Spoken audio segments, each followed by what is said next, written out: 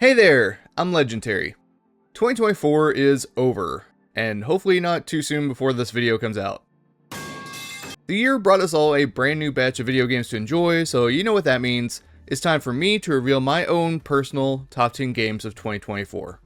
As a reminder, it is impossible for one person to play every single video game that comes out. I do not have infinite time or money. So, if your favorites don't make an appearance, regardless of whether or not I would have liked it, there's a sizable chance that I just didn't get around to playing it in time. Also, I made a point about this last year, but I'm bringing it back up again because it's important to. The state of the games industry is pretty rough. The layoffs did not stop. In fact, by the time March rolled around, they'd already surpassed the numbers of all of 2023 combined. According to GamesIndustry.biz, roughly 21% of all game developers in Europe have been laid off at some point since last November. The AAA space is looking worse than ever, and a lot of executives still won't take any responsibility for the market they lead becoming this dire. We are losing priceless generational industry knowledge by the minute. The one silver lining is that more and more developers are starting to go independent, stepping up to the plate and delivering some excellent games, and more people are starting to notice. They're showering them with support and cheering them on. In the end, they pretty much all just want to make cool art for you to enjoy while making a living for themselves. If you know any devs who are down in the trenches on a project for some big shot company, try and check up on them every now and then. I'm sure they would appreciate it. Having the sword of Damocles hanging above their heads at all times has got to be exhausting. Anyways, as for this video, the same self-imposed rules apply from last year. No remakes or remasters, no downloadable content, no games that were released in previous years, and no ongoing early access titles. However, a top 10 alone just wouldn't cut it, so once again, I'm adding a few specialized categories to the front of the list that may be exempt from those rules. Let's kick things off with the award for Best Value.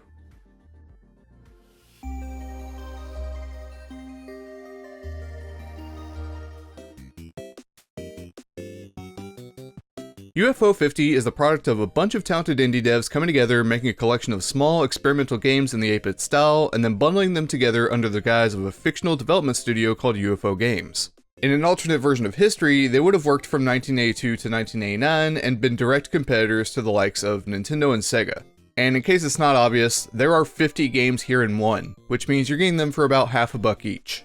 Now, it might be called UFO 50, but the true name of the game is Variety. There's a little something for any retro enthusiast here, even if every single game isn't your cup of tea. Make a walrus's dreams of flight come true by catching some air in Waldorf's journey. Throw the wildest rager before the cops or the fire marshal shows up in Party House. Or save the town from demons by strategically detonating chains of explosives in Demolition. They're all a masterclass in smart game design built around the restrictions that an 8-bit console such as the NES would have had at the time. The real team behind UFO 50, known as Mossmouth, carefully chose which features to modernize and which to leave alone, making sure that they still felt like classic games, but ones that were well ahead of their time. Every game in the collection uses the same 32 color tiles and the same sound fonts for music. Assets and mascot characters appear across multiple games and make their way into different genres. Some games are even the direct sequels to other games here, making improvements and changing mechanics from the originals that have only ever existed within the facade that is UFO 50. It's a really interesting study in how sensibilities for what players enjoyed evolved over time, and how trying new things that are completely out of the ordinary can lead to future innovation.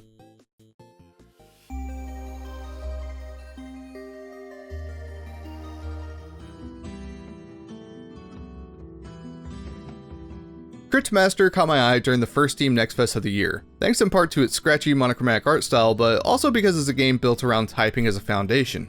We haven't really seen a lot of successful games in that niche outside of the Typing of the Dead series, which already made it a novel concept. A dungeon crawler that rewards your skills behind the keyboard and tests your memory and creativity? Sure, yeah, sign me up. The whole deal is spearheaded by the creepy, sarcastic narrator that the game takes its name from, lurking in the back of your character's mind, like a little devil perched on the shoulder of a cartoon character with no angel to balance out their worst impulses. And since you play as the shambling corpse of a dead adventurer with little to no idea why you're back from the dead or who you once were, you get led by the nose down whatever dark passage the Cryptmaster has in store for you. It's a very basic and goofy narrative hook, but it's got a lot of charm. The biggest sticking point of the game is using text to do almost everything, from fighting enemies to learning new attacks and collecting your loot. And the Cryptmaster almost always has a snide remark about whatever you put in the prompt. You can tell that the devs at Akapara Games spent a lot of time poring over dictionaries and brainstorming voice lines to spit back at the most absurd and immature mischief the players could summon, and that made it a pretty fun ride.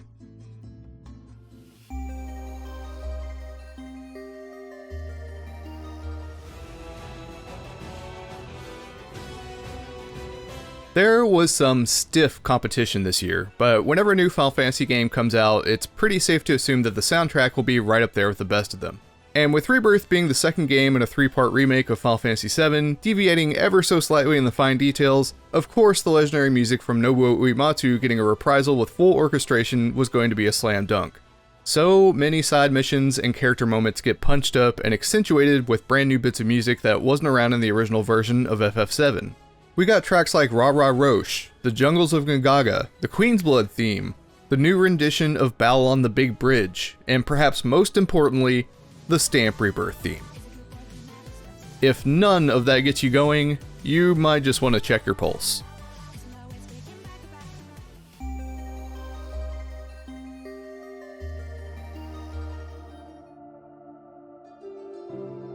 From Nomada Studio, the people who brought you Gree. Or Grease? Grizz? Whatever. This one's called Neva. Or maybe Neva? Ugh. A long time ago, some guy said that a picture's worth 1,000 words, but he probably wasn't looking at screenshots of Neva because he would have been rendered speechless. And then his brain would explode because he's never seen a TV before. Point withstanding, that isn't to say that Neva's gorgeous watercolor environments and hand-animated characters don't have a similar effect on modern audiences. This game is drop-dead gorgeous, and every time Alba and Neva began a new chapter of their story, my mind was blown by the evolution of their world.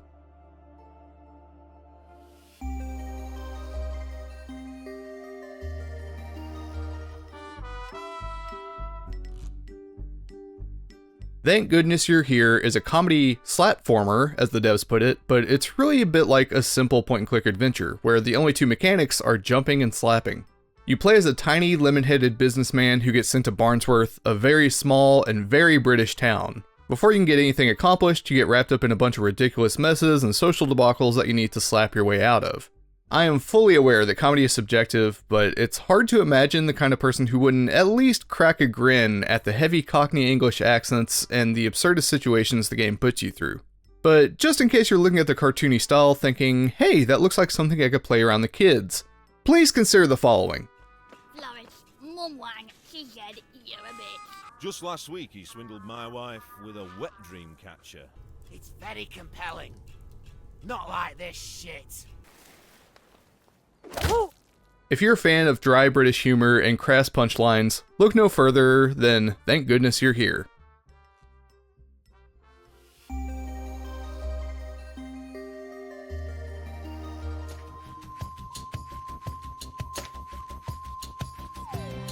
Not gonna lie, this one hurts my soul because it 100% would have made the top 10 list if it were finished.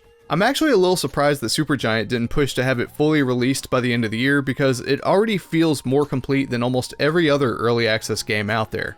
I remember there were a couple pieces of placeholder artwork and the final chapter wasn't done when it entered early access back in May, but hopefully that just means they're putting a lot of additional polish into it. Which, all the more power to them if they have the funds and the extra dev time makes the game better. I just want it now! Hades 2 does everything that the original Hades did, but better. Its combat and gameplay loop feels awesome, all the old characters return and are backed up by some amazing writing, and it has a sick soundtrack to boot. I only played through the first chapter and a half because I didn't want to burn myself out while it was still in early access, but it's very likely you'll see Hades 2 swing back around the channel this time next year.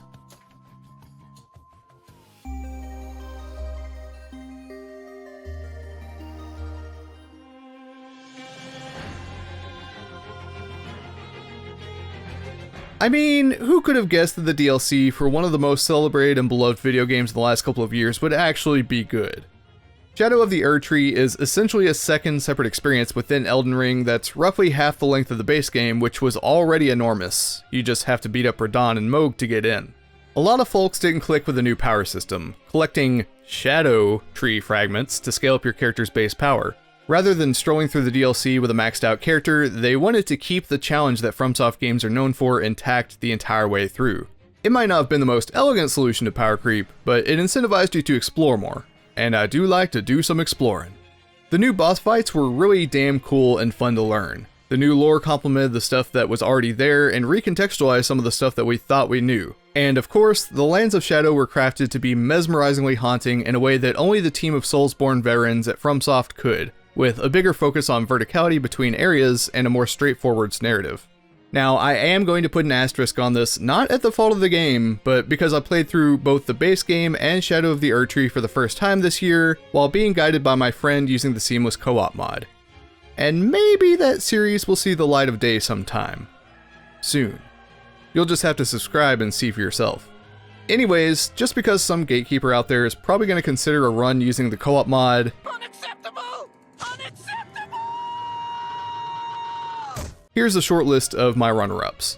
Alan Wake 2's Night Springs and Lake House DLCs were both released and were both great. The former being a set of hilarious what-if Twilight Zone scenarios that made some notable side characters the protagonists of their own off-the-wall stories, and the latter being a peek into what the Federal Bureau of Control was up to while the events of Alan Wake 2 took place.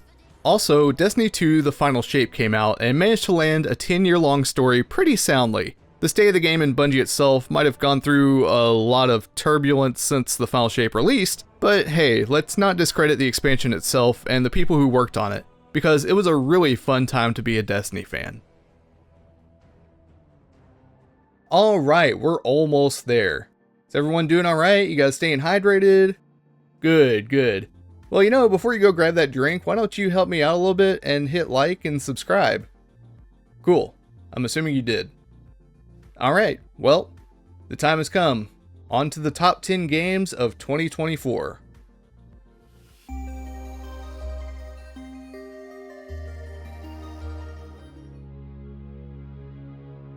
Dragon's Dogma 2 is a bit of a strange game because there's not a lot of other games out there that you could really compare it to besides the original. Like, sure, it's a single-player action RPG that's very focused on exploration, but it doesn't play or act like other games that you could say the same about. It's like some kind of Frankenstein's monster cobbled together out of bits of Skyrim, Monster Hunter, Shadow of the Colossus, and the more fantastical elements of Assassin's Creed Odyssey. And since it was my first foray into the Dragon's Dogma IP, at first I felt a little stumped about what to make of it.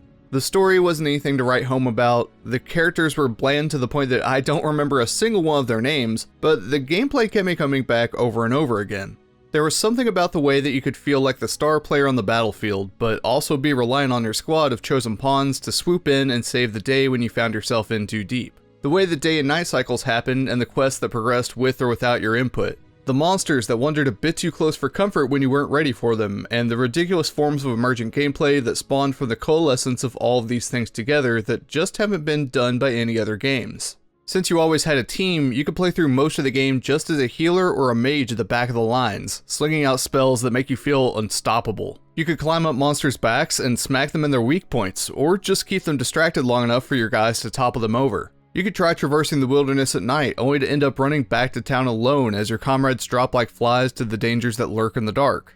If nothing else, the game left me with a memorable first impression, even if the narrative and some other elements fell by the wayside. And its uniqueness and dedication to being the weird little game that it is, lands it squarely at my number 10.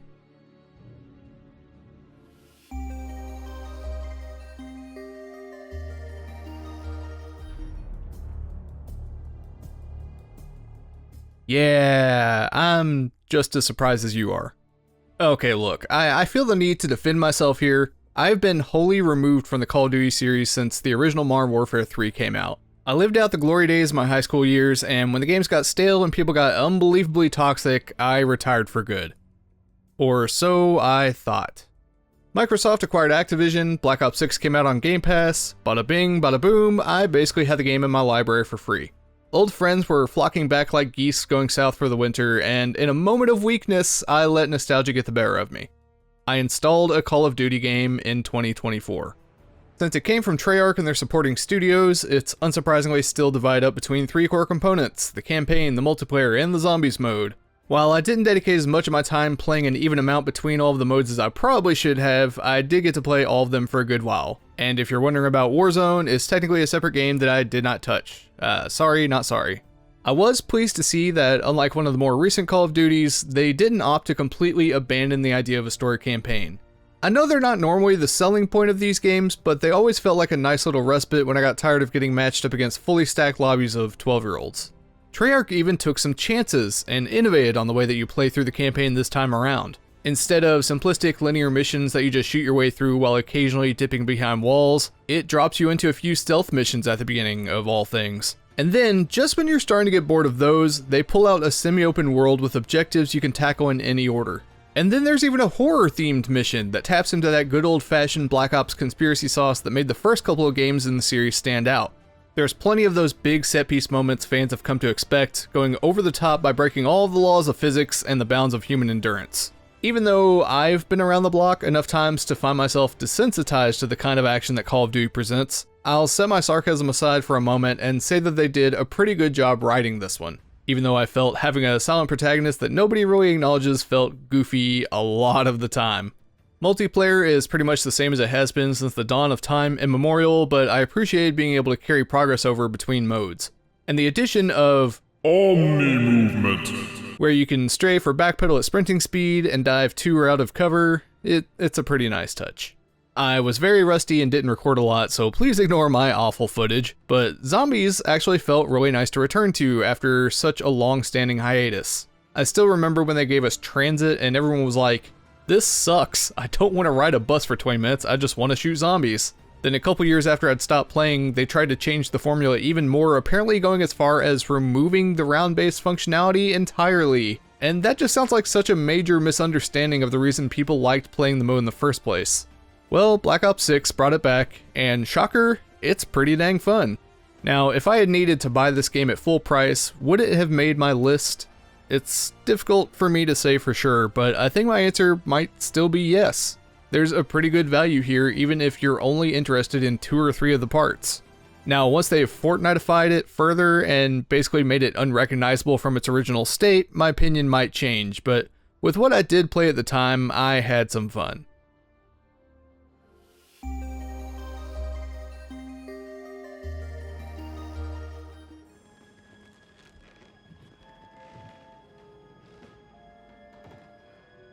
Indiana Jones.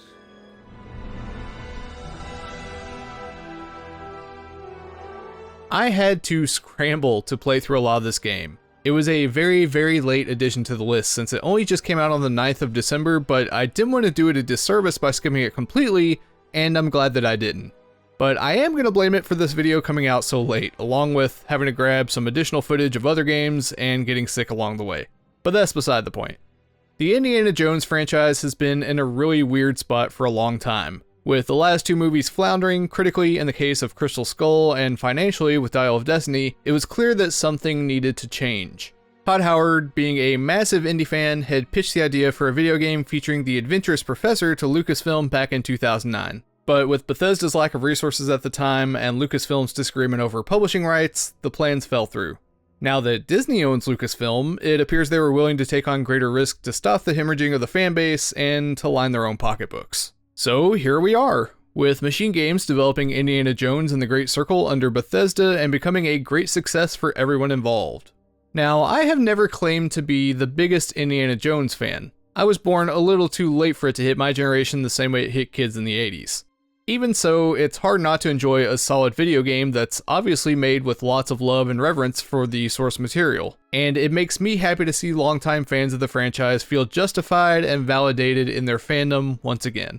The Great Circle lets you step into the shoes, or rather jacket, of Indiana Jones, combining the sense of grand adventure and humorous tone of the films with gameplay that's based in stealth, puzzle solving, and close combat action. The mechanics are a little rough around the edges at times, and it might feel like a strange decision for Machine Games to have put this game mostly in the first-person perspective, but I think altogether it was the correct one, as it really keeps you immersed in his world. It also had the side effect of nipping almost all comparisons drawn to Naughty Dog's Uncharted franchise in the bud. It'd be a pretty funny Ouroboros eating its own tail situation, since Uncharted was inspired by Indiana Jones and Tomb Raider, which was also inspired by Indiana Jones. Remember kids, nothing is ever truly original. But the best part of the Great Circle is just being Indy himself. Traveling the world to exotic locales, whipping across chasms, solving puzzles, punching Nazis, all while charming everyone with his rugged good looks and sarcastic attitude. Troy Baker did a stellar job of bringing a young Harrison Ford back in a big way with his voice acting and impression skills. Sometimes it's pretty easy to forget that it's not actually him excitedly recounting his treasure hunting knowledge with his companions and dropping quippy one-liners on his foes, as Troy melts seamlessly into the role. And of course, who could forget the main villain of the game, the charismatically evil Emmerich Voss. He's the kind of guy that you just love to hate in all the right ways, and the writers understood the assignment. Wo waren die Affengeräusche?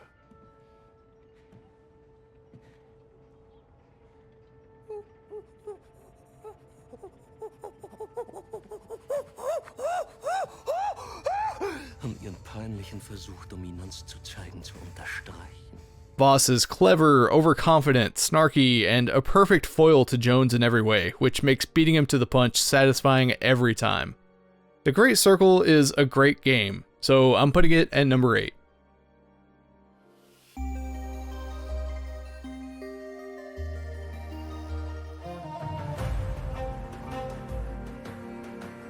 The Prince of Persia IP is another one that's been in a very odd place. The Sands of Time remake got rescheduled again for a 2026 release date after several reworks and previous delays, but let's be honest here, it might just be vaporware at this point. The Lost Crown was announced at SGF 2023, sporting a new style and a new protagonist from the past entries. Then the Rogue Prince of Persia, a 2D roguelike developed separately by members of the studio that made Dead Cells, was announced in early 2024 and put into early access. We hadn't gotten a proper new Prince of Persia game since around 2010, and now we were facing a deluge of games just around the corner. Prince of Persia: The Lost Crown came out in mid-January to extremely high critical praise. Its sleek movement tech and fluid combat were paired with an interesting narrative and brilliant animations. Everyone was hyped to see Prince of Persia back in top form. And then, Ubisoft shut down Montpellier Studio. Man, what the absolute fuck is wrong with these companies? You finally get a win after suffering countless losses like Hyperscape and Skull and Bones and X-Defiant, and then you make the conscious decision to throw it away. How do you even let that happen? What, do you expect Beyond Good and Evil 2 to pay the bills when it comes out in 2050? Okay, look, I know I'm off track, but we saw the exact same thing happen last year with Microsoft and Hi-Fi Rush developers Tango Gameworks, which was on my top 10 games of 2023. I just don't want to see it happen again next year. The Lost Crown is a fantastic Metroidvania game that you should absolutely play. It's stylish as hell, it's got really fun gameplay mechanics and puzzles, and it even does stuff that's innovative for the genre and for accessibility, like letting you take screenshots of areas to remind yourself to come back with new upgrades to solve puzzles with. It's really, really solid, and it's bound to be overlooked by a lot of people because Ubisoft treated it like trash. That's it, I've said my piece, play the game.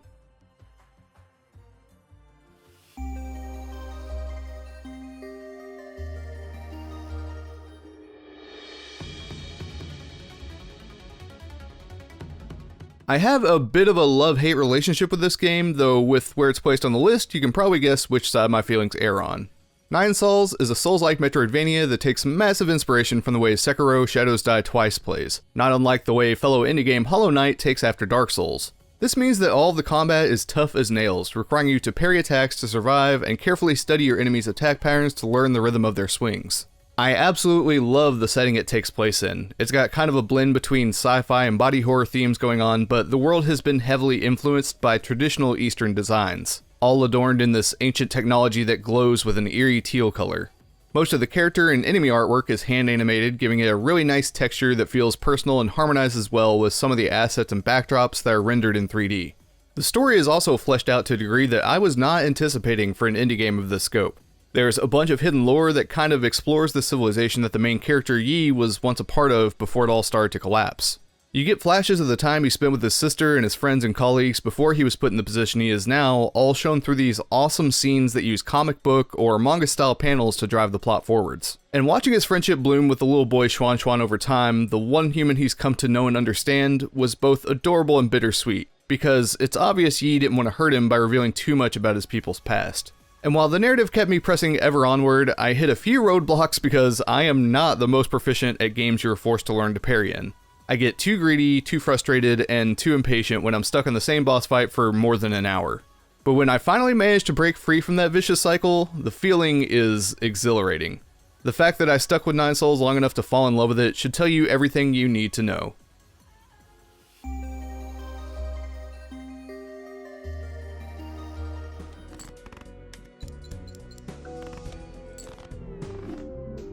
One more run. Okay, one more run. Shit. Okay, one more run.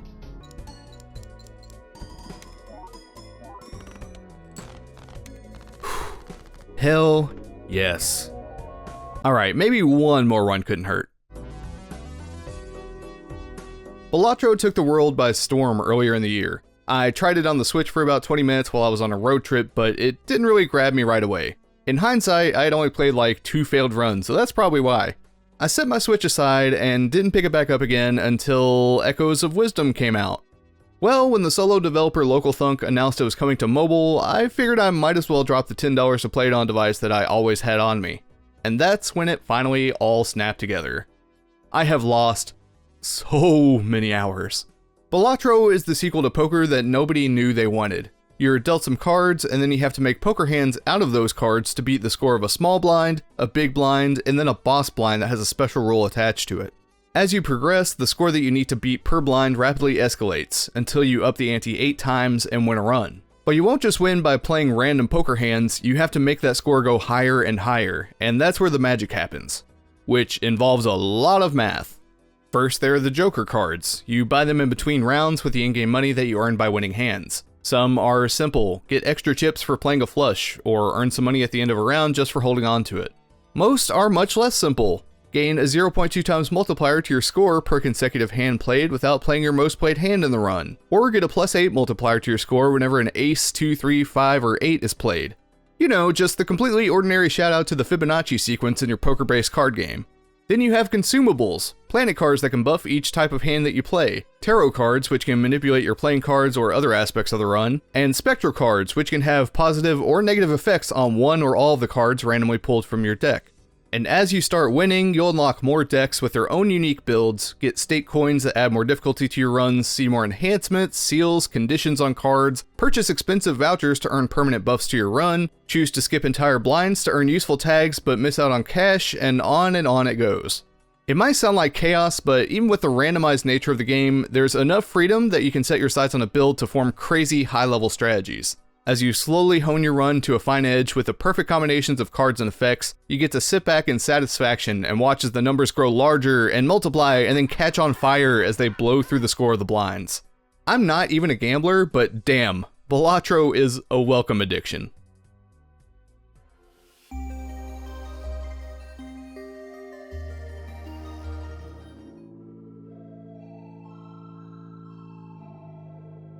Animal Well's most obvious claim to fame is that it was the first game published by Big Mode, Video Game Donkey's new business. But that feels too much like undermining the value of the game itself and its creator, Billy Basso.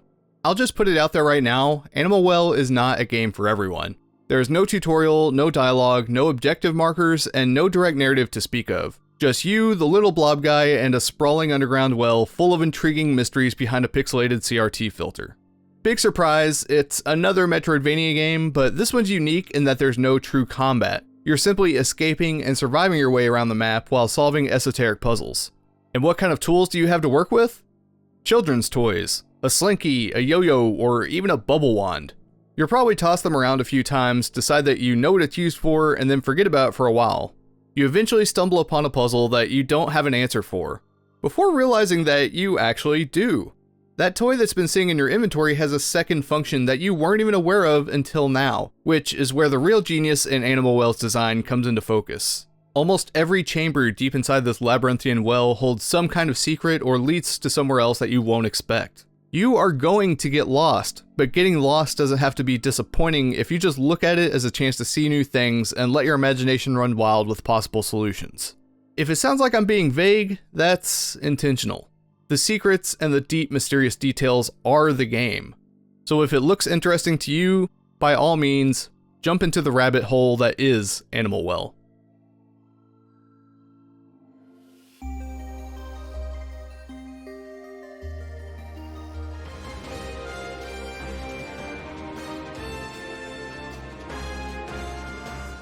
Well, if it isn't the game I just spent a month producing a video on. That's your highly subtle cue to go watch it after this video.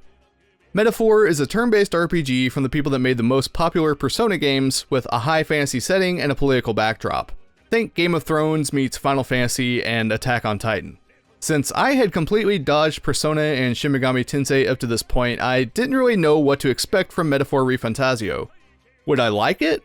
Would I try it for a couple of hours and shut it off forever? And why is the name so god-dang terrible? Well, to start from the beginning, yes, I did enjoy the game. Quite a lot, actually. Maybe that's down to my gaming roots, as the first video game I ever owned was this little-known turn-based RPG called Pokemon Blue version for the Game Boy. You probably haven't heard of it. But maybe it's just because it's really damn good. I couldn't believe how endeared I became with these characters after only a few hours together. The wonderfully tortured art style of the enemy designs inspired by Hieronymus Bosch popped off the screen. The plot and the themes that it represented went places that most video games are afraid to go for fear of becoming too political. Metaphor instead stood up and said, no. The whole point is that whether you like it or not, life is political. And what really matters is how you deal with it when everything is on the line. The combat of Metaphor made me relish in the idea that turn-based games still have room to grow and become more complex. They can still feel just as exciting, frantic, and panic-inducing as RPGs that play out in real time. And they can look just as astonishing when the right artists and animators are at the helm too. Metaphor ReFantazio might be a mouthful to remember, but it's worth committing to memory and grabbing a controller for.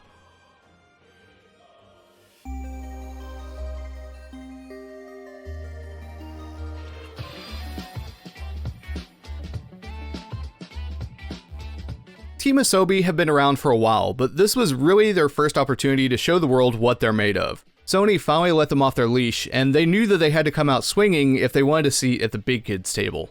That meant taking the experiences they've crafted with their last 3 games, trimming all of the fat that they could, and whittling them down to their most appealing and captivating form. No one would be spared from the delight that is their little mascot. And it worked like a charm. Astrobot was released to critical acclaim across the board, and I have never been happier. While some people might see Astrobot as little more than an advertisement for PlayStation, those are people who have obviously not played the game. It is so much more than that. That point becomes almost inarguable when you play it for yourself because you realize that 90% of the games and characters it references haven't had sequels, spin-offs, or any form of acknowledgement by the rights holders in years, meaning that there's nothing to be sold to you. Maybe it is nostalgia bait, but it doesn't come from a place of cynical consumerism. It's simply a celebration of gaming history. The platforming genre as a whole is part of that history, and it's better with Astrobot in it. That's just a matter of fact. Those references have no bearing on the way the game feels to play, or the brilliant music and sound design, or the remarkable visuals it presents. Instead, I see their inclusion as an open invitation to the fans of those old games, to come and enjoy something new that reminds us of a time we can never truly experience again. But with a bit of help and creativity, we can visit just for a little while. In my opinion, any Game of the Year list that doesn't include Astrobot somewhere on it is incomplete. It's both an extremely polished technical marvel that performs like a dream and one of the most entertaining games ever to be made. It's an absolute gem, and Team Asobi deserves to be a household name.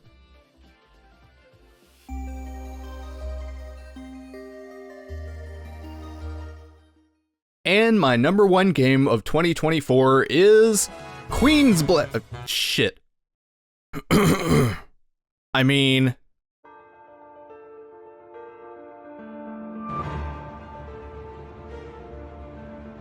Final Fantasy VII Rebirth.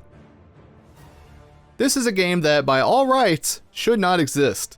It is the second of 3 parts of a remake of one of the greatest video games of all time, but dramatically expanded in every way imaginable. And let me just reiterate this from my other video covering my first impressions. It is also a sequel to the original version of Final Fantasy VII, which is why it supersedes my rule of no remakes on the list.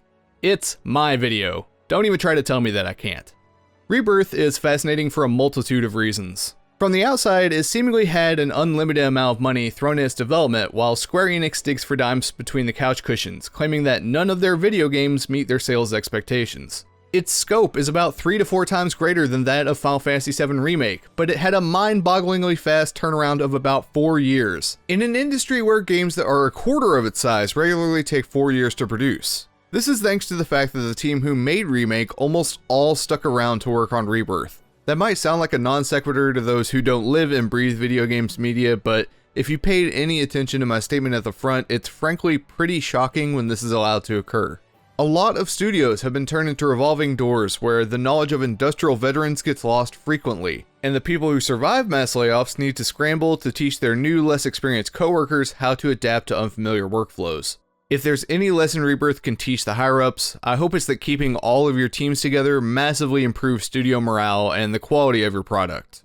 As for Rebirth itself, it's the section of Final Fantasy VII that could be most easily compared to Star Wars Episode V: The Empire Strikes Back.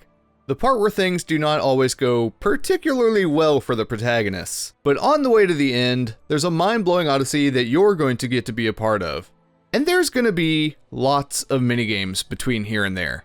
Maybe that alienates some of the new fans who expected a much narrower flow of events like with Remake, but the old heads were very aware that the march toward open world territory was quickly approaching. Some of the side quests follow a pretty formulaic structure, like hunting down rare variants of monsters or climbing towers to make details pop up on the map. They're not all too exciting, but as you travel to each new zone, they become like sort of a comfort food, something familiar to break up the major plot beats.